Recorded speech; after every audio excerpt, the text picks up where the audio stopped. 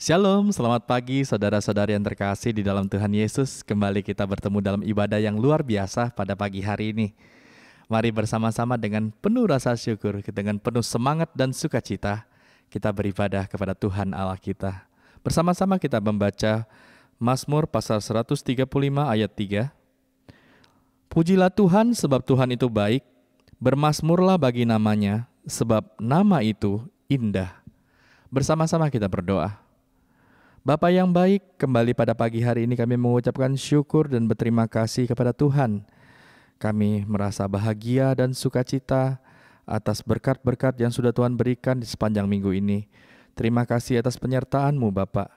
Tuhan, kami juga mengaku di hadapan-Mu segala dosa dan pelanggaran kami, baik yang kami sengaja ataupun tidak kami sengaja lewat mulut bibir kami, tindakan kami, hati kami. Kami mohon ampuni kami manusia berdosa ini Tuhan. Kiranya pada pagi hari ini belas kasihan dan kemurahan hati-Mu, ampuni kami, sucikan kami, agar kami layak untuk beribadah kepada Tuhan Yesus Kristus. Tuhan, kiranya Tuhan juga memberkati hamba-Mu Bapak Pendeta Elsentan, yang akan berfirman kepada kami. Tuhan pakai mulut bibir hamba-Mu, agar firman Tuhan disampaikan dengan sesuai kebenaran firman-Mu ya Bapak. Dan kebenaran ini dapat menjadi rema di dalam kehidupan kami dan menjadi berkat bagi kami semua. Terima kasih Tuhan Yesus, kami siap untuk beribadah kepada-Mu dan mendengar firman-Mu. Hanya di dalam nama Tuhan kami Yesus Kristus kami berdoa dan bersyukur. Amin. Bapak Ibu Saudara yang kasih Tuhan, mari kita angkat satu pujian di mana kita boleh bersyukur kepada Tuhan dalam segala perbuatannya yang begitu ajaib bagi kita semuanya.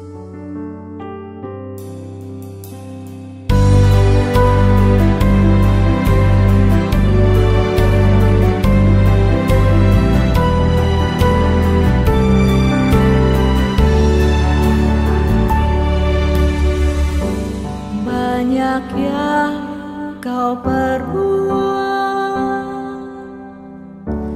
di dalam hidupku,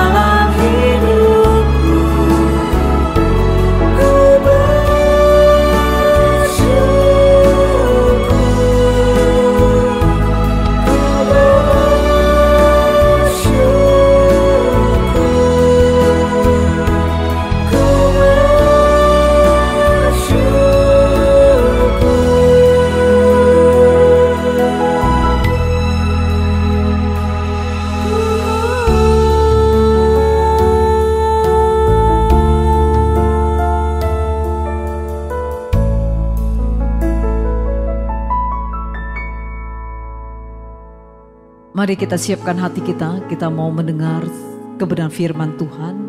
Biar kiranya firman Tuhan yang memberkati saudara dan saya. Kita mau siapkan hati, kita mau doa, di mana doa kita naikkan adalah doa Bapa kami yang di sorga. Mari kita sama-sama berdoa. Bapa kami yang di sorga, dikuduskanlah namamu, datanglah kerajaanmu, jadilah kehendakmu di bumi seperti di sorga. Berikanlah kami pada hari ini makanan kami yang secukupnya, dan ampunilah kami akan kesalahan kami, seperti kami juga mengampuni orang yang bersalah kepada kami. Dan janganlah membawa kami ke dalam pencobaan, tetapi lepaskanlah kami daripada yang jahat. Karena Engkaulah yang punya kerajaan dan kuasa dan kemuliaan sampai selama-lamanya. Amin.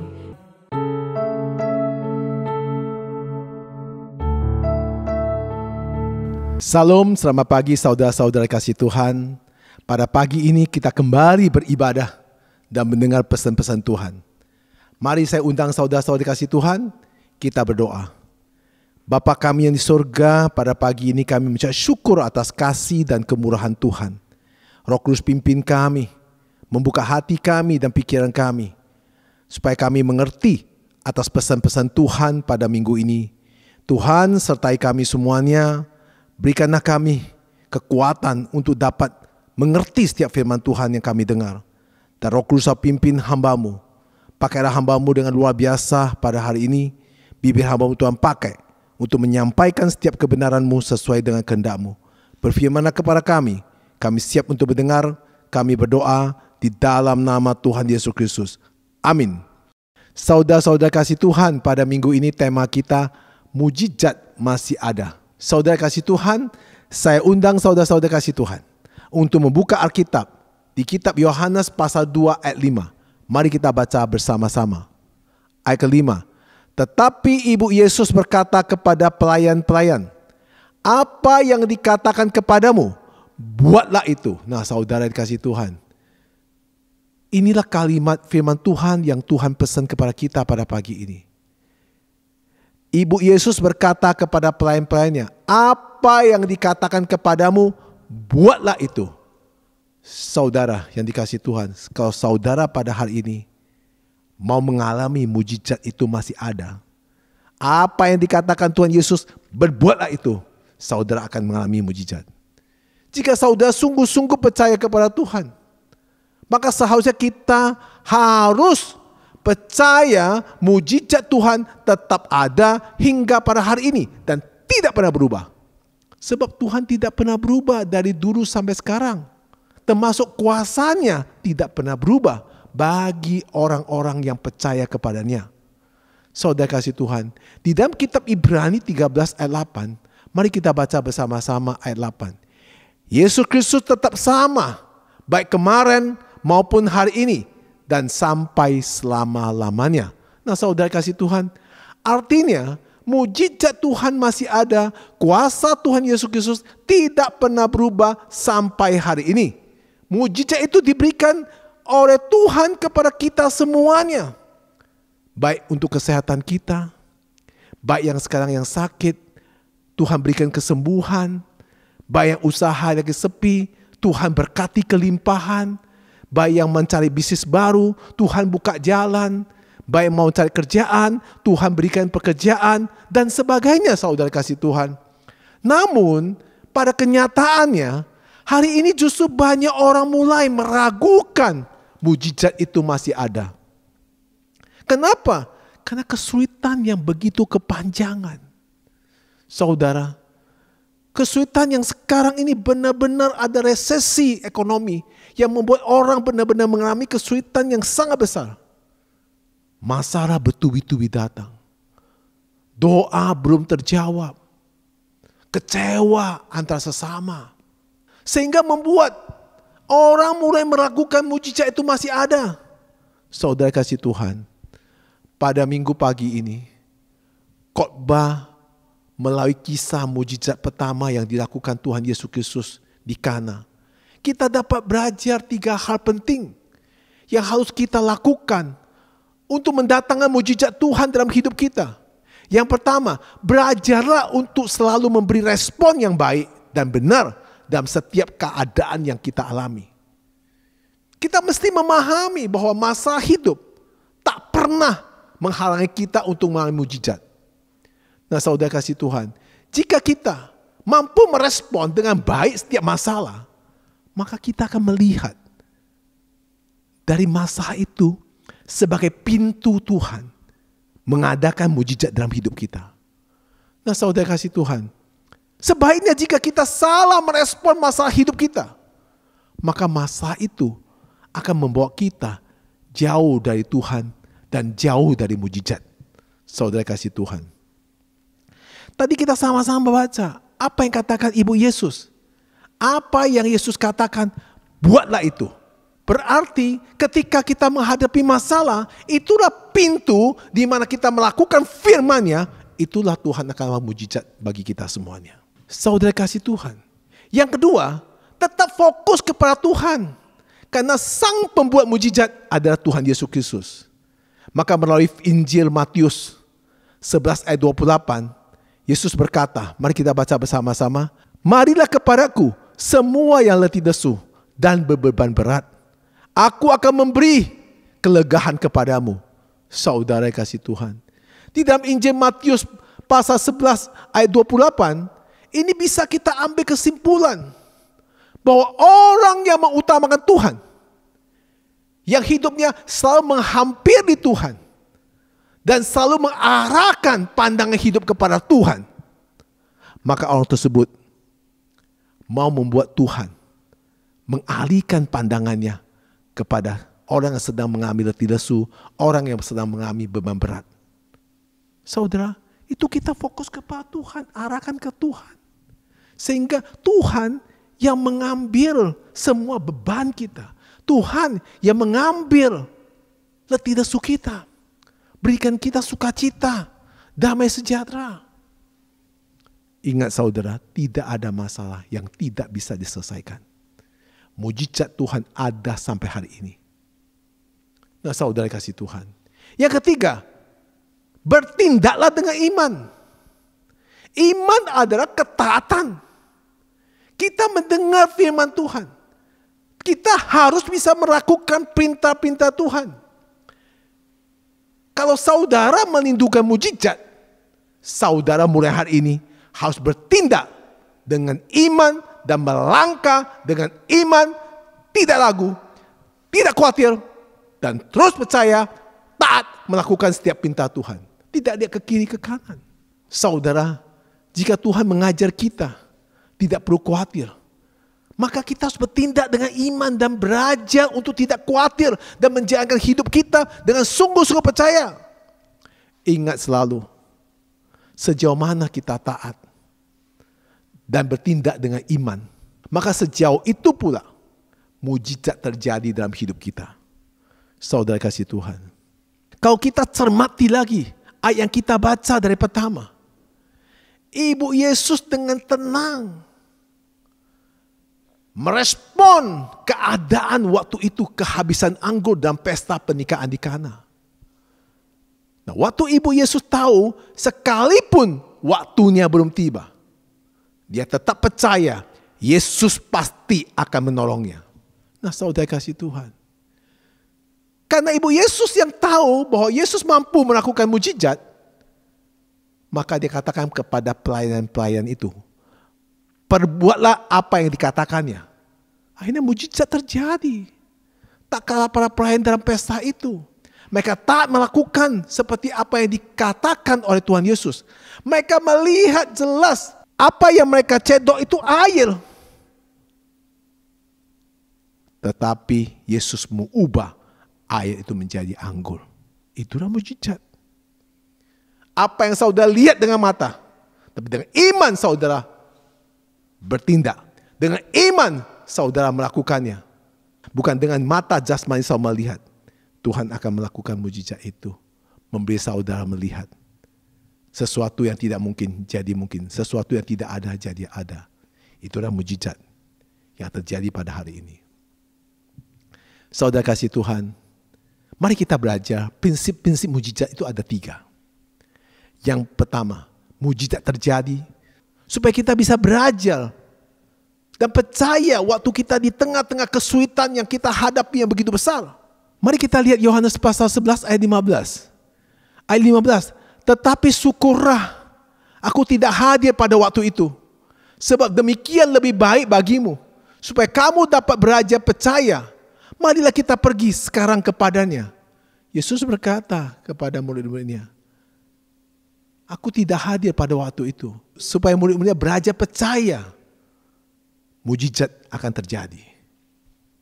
Apa yang dikatakan Yesus waktu di Yohanes 11? Lazarus yang keadaan sakit dan meninggal. Yesus berkata, syukur waktu dia meninggal saya enggak di situ.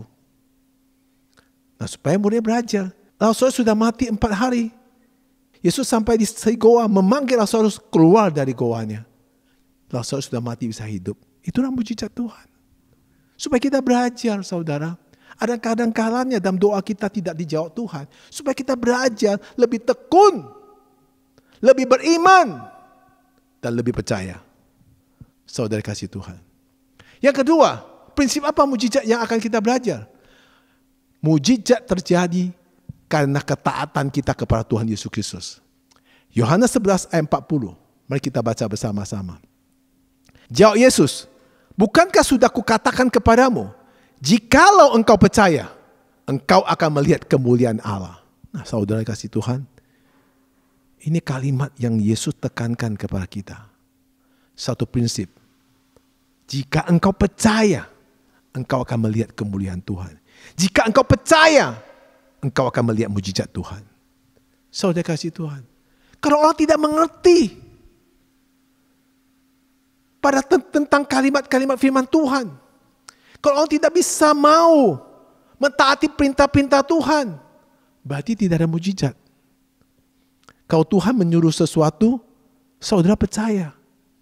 Lakukan saja. Walaupun tidak masuk logika. Nanti akhirnya saudara akan mengerti. Inilah prinsip mujizat. Percaya dulu, baru bisa mengerti. Bukan mengerti dulu, baru percaya. Contoh. Saya, Pendeta Essen, saya berkata pada teman saya, ya, nanti Tuhan akan tolong, semua masalah akan selesai. Teman saya bertanya, mana Tuhannya? Saya nggak bisa jelaskan. Lalu saya ajak teman saya ke gereja untuk mendengar firman Tuhan. Ketika mendengar firman Tuhan, saya bilang sama teman saya, serahkan hidup kamu kepada Tuhan. Serahkan masa lalu kepada Tuhan. Biar Tuhan yang ambil alih. Disitulah dia baru tahu Tuhan mengasihi dia. Dan masalah selesai. Dia katakan, oh ternyata mujizat itu masih ada. Nah saudara, begitu mujizat. Kalau saudara belum mengerti, saudara tidak bisa melihatnya. Ketika kita mulai mengerti, siapakah Tuhan yang kita sembah? Siapa Tuhan yang kita puji? Siapakah Tuhan yang kita muliakan? Disitulah saudara akan melihat hasilnya. Ketaatan saudara, iman percaya saudara akan melihat mujizat. Jadi percaya dulu, baru mengerti. Saudara kasih Tuhan. Yang ketiga, mujizat terjadi karena kemuliaan Tuhan harus dinyatakan. Mari kita baca firman Tuhan Yohanes 11 ayat 42. 42. Aku tahu bahwa engkau selalu mendengarkan aku. Tetapi karena orang banyak yang berdiri di sini mengelilingi aku. Aku mengatakannya supaya mereka percaya bahwa engkaulah yang telah mengutus aku. Saudara kasih Tuhan. Mujizat harus terjadi atas motivasi. Mujizat harus terjadi atas motivasi yang benar dan tulus. Yaitu kita harus memuliakan nama Tuhan Yesus Kristus. Mujizat terjadi karena ada pribadi-pribadi atau orang-orang yang berdoa dengan sungguh-sungguh kepada Tuhan Yesus Kristus. Saudara tahu siapa yang sungguh-sungguh doa memohon kepada Tuhan Yesus Kristus? Yaitu pendeta saudara. Ketika saudara masalah, saudara cari pendeta. Saudara memberikan tahu kepada pendeta semua masalah saudara. Pendeta langsung bersujud di hadapan Tuhan. Berdoa pagi, siang, dan malam. Mohon belas kasihan. Karena apa? Karena pendeta itu ada kewajiban untuk mendoa saudara. Saudara, kamu tidak tahu jeripaya seorang hamba Tuhan untuk mendoa saudara. Ketika saudara menerima semua berkat dan mujizat itu selesai, saudara harus memuliakan Tuhan. Karena dari pendeta memohon pada Tuhan, Tuhan belas kasihan kepada saudara. Bukan doa saudara tidak jalan, doa saudara juga jalan. Tetapi ada orang juga berdoa pada saudara. Tanpa disangka lagi, Tuhan mendengar doa hamba-hambanya. Dan Tuhan juga mendengar orang-orang percaya. Mungkin juga istri saudara mendoakan saudara. Mungkin juga suami saudara mendoa saudara. Mungkin juga anak saudara mendoa saudara. Orang yang paling mencintai saudara itu cuma 3. Tuhan, orang tua saudara, dan hamba Tuhan. Saudara, saya akan berikan beberapa catatan dalam Alkitab dalam kasus mujizat terjadi. Pertama, Musa.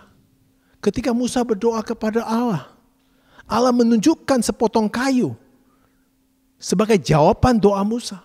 Musa tanya kepada Tuhan, bagaimana saya membawa bangsa Israel ini untuk keluar dari Mesir? Saya nggak punya apa-apa. Tuhan bertanya pada Musa, kamu punya apa?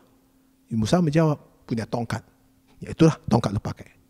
Dengan tongkat itu, Musa melakukan mujizat yang luar biasa. Karena Tuhan menyertai Musa. Perlu bagi saya untuk menegaskan ini saudara. Bahwa jawaban dari doa yang kita naikkan kepada Tuhan tidak harus selalu seperti yang kita pikirkan dan kita inginkan. Tetapi pasti bahwa Tuhan selalu memberi jawaban terbaik buat kita. Amin saudara dikasih Tuhan. Beberapa waktu yang lalu, ada seorang ibu menghadapi permasalahan yang begitu bertubi-tubi datang. Dia menghadapi permasalahan, yaitu mengurusin permasalahan itu bukan masalah dia, tapi masalah orang. Tapi ibu ini terus-menerus dipusingkan masalah orang. Ada suatu transaksi dari satu negara ke negara satu, uangnya dihack masuk ke Indonesia. Saudara kasih Tuhan. Nah, ibu itu dipercayain di Indonesia untuk menguruskan masalah ini supaya selesai. Uang bisa dikembalikan ke negara asalnya. Padahal ibu ini mempunyai kenalan yang cukup baik dalam koneksinya. Apa yang terjadi? Dia usahakan ke kanan ke kiri, tidak ada jalan keluar. Karena orang yang hack sudah ditangkap. Kemudian orang hack itu sudah dipenjarakan. Saudara kasih Tuhan, suatu hari ibu itu ketemu dengan saya, menceritakan kronologinya. Saya berkata kepada ibu ini, mari kita antarkan Tuhan. Di dalam Tuhan ada mujizat. Tapi saya sudah begini. Sudah bu, ini bukan masalah ibu, itu masalah orang. Ibu cuma bantu. Ayo kita andalkan Tuhan. Tuhan yang bisa selesaikan. Mujizat itu ada bu. Akhirnya ibu itu berpikir dan berdoa. Dia katakan kepada saya, aku mau belajar berserah kepada Tuhan. Apa yang terjadi? Mujizat terjadi. Pada awalnya yang dia urus tidak bisa. Orang yang punya power, kekuatan untuk bisa mengambil satu tindakan itu berubah hatinya. Yang gak bisa jadi bisa. Akhirnya apa? Orang itu dilepaskan dan uangnya yang dihack masuk Indonesia dikembalikan ke negara asalnya. Saudara, tidak ada yang mustahil asal kita mau percaya, asal kita mau taat, asal mau kita beriman. Ingat saudara, apapun masalah saudara hari ini, apapun kondisi saudara pada hari ini, kesulitan apa yang saudara hadapi pada ini, saya tidak tahu, tapi Tuhan tahu.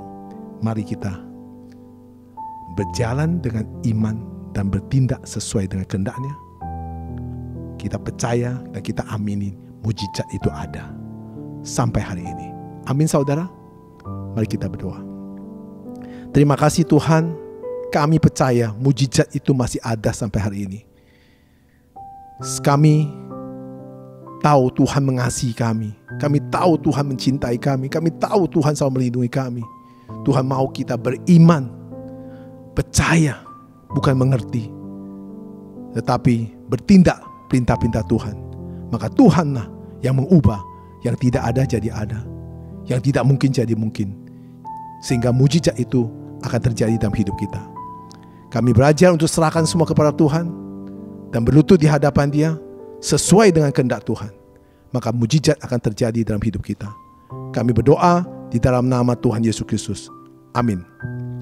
Saudara kasih Tuhan, saya undang jemaat yang ada di rumah untuk bangkit berdiri.